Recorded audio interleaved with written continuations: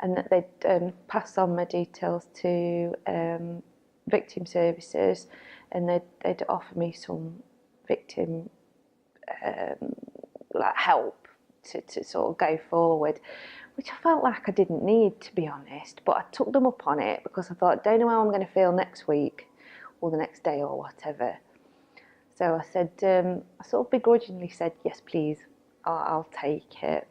And a lovely lady called Gina came round to see me, and she was really nice and full of sympathy. And whilst I was telling her my story, I suddenly realised sort of how bad it was, really. You know, because I was talking to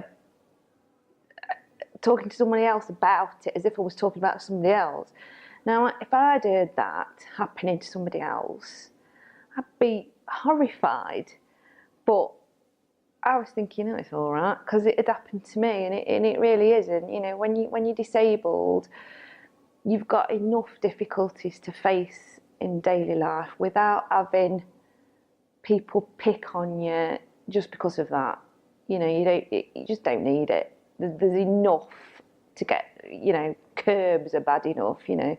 Normal day-to-day life is enough without that. And I mean, anybody will tell you that. I mean, anybody who isn't disabled will go, you know, life's bad enough without having somebody picking on you. So it was nice, really, to talk to somebody else, and she would give me phone calls every now and then to see how I was. And then, you know, as the weeks went on, I was walking to different parks with the dogs. I just thought, it's not worth it. It's not a brilliant park anyway, you know.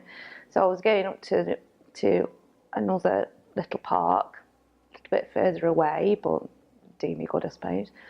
And everything was going well, and I was going up this other park, and there was lots of littler kids and mums and dads, and it was really nice. Well, then a couple of the lads from the other park were up there, and they were racially abusing some children on the park, and I just happened to look up and go, like, good God, what is wrong with you? Can you just not leave people alone? And just because I looked up at them, they were like, what are you beeping looking at? And I went, I have no idea, just, you know. And I just sort of went over to these other children and asked them if they were all right, because it's just not on. And they were like, yeah, we're used to it. And I thought, God, how sad. How sad is that? That just makes me really cross and sad. You know, but what can you do? It takes all sorts, doesn't it? And you've just got to know that it's not all right, and you can tell someone. And that's what people like the police and victim services are for. And your friends and your relatives, you just tell people, and you know, you don't have to just get used to it, as those other children said. It's not on.